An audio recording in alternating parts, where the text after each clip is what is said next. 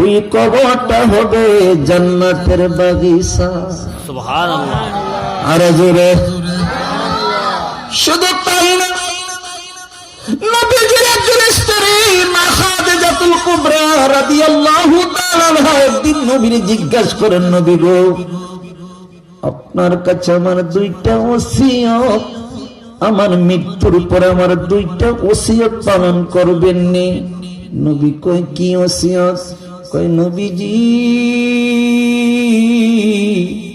আপনি দেখেছেন, আপনি নবী দেখেছেন, আমি আপনার কাছে 20 বছর পর থেকে আমার যত সম্পদ ছিল সব কিছু আপনার কদমে দিছি। নবী গো, ও দয়ার নবী, আমার মৃত্যুর পরে আমার দুইটা ওসিয়ত পালন করবেন নি?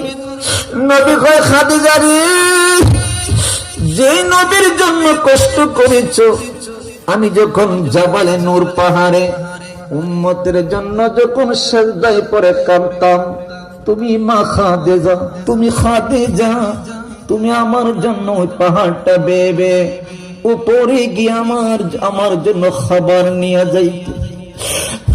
মা খাদিজা রে, সেদিন আমি দেখেছি কত কষ্ট করে তুমি পাহাড় বেয়ে উঠছ। আমি রাসূল কথা দিলাম তোমার মৃত্যুর পরে দুইটা ওসিয়ত পালন করব।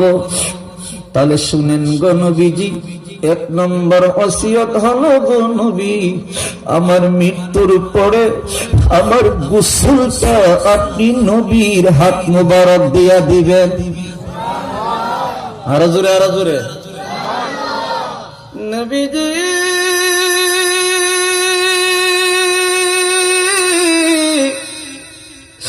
2 নম্বর ওসিয়ত হলো গো নবী, আমারই যখন কবরে শুয়াইয়া দিবেন, কবরে শুয়ানোর পরে গো নবী দুনিয়া থেকে আমার কবরে 3টা প্রশ্নের জবাব দিয়া দিবেন। সুবহানাল্লাহ।